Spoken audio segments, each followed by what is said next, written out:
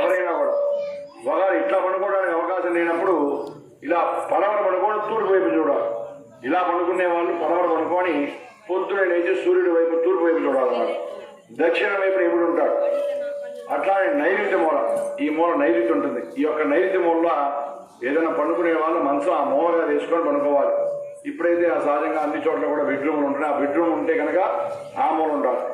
అట్లానే పశ్చిమ వైపున వరుణదేవుడు ఉంటాడు. అంటే మనకి వర్షం పట్టడానికి ప్రధానమైనటువంటి వరుణదేవుడు. వాయువి మూల అంటే ఈ మూల అన్నమాట. వాయువి మూల వాయుదేవుడు ఉంటాడు.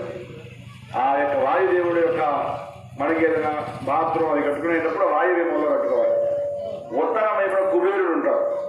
మనకి ధనాధిపతి అన్నమాట. మన ప్రపంచానందరూ కూడా ధనం ఇవ్వాలంటే ఆయన ధనాధిపతి ఉంటాడు. అట్లానే ఈశాన్య మూలలో ఈశాన్యుడు ఉంటాడు. అందుకని మనం ఎన్ని స్థలాలు కట్టుకున్నా కూడా ఇంత చేసుకున్నా కూడా కొంచెం ఈశాన్య మూల కొంచెం పెంచి చేసుకుంటాం.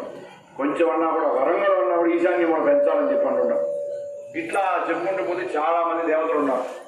ఈ దేవతలందరూ కూడా ప్రతిరోజు కూడా చంద్రుడు చూస్తూనే ఉన్నారు. వీళ్ళందరూ కూడా చంద్రుని చూసి వాళ్ళందరూ కూడా ఎప్పుడూ ఏదో ఒక బాధపడుతూ ఉన్నారు. అపనిందల పాలైతూ ఉన్నారు. ఇలా వీళ్ళ వల్ల కాకుండా ఇంకా వీళ్ళందరూ కూడా కలిసి వినాయకుడి దగ్గర కైలాసంలో ఉన్నటువంటి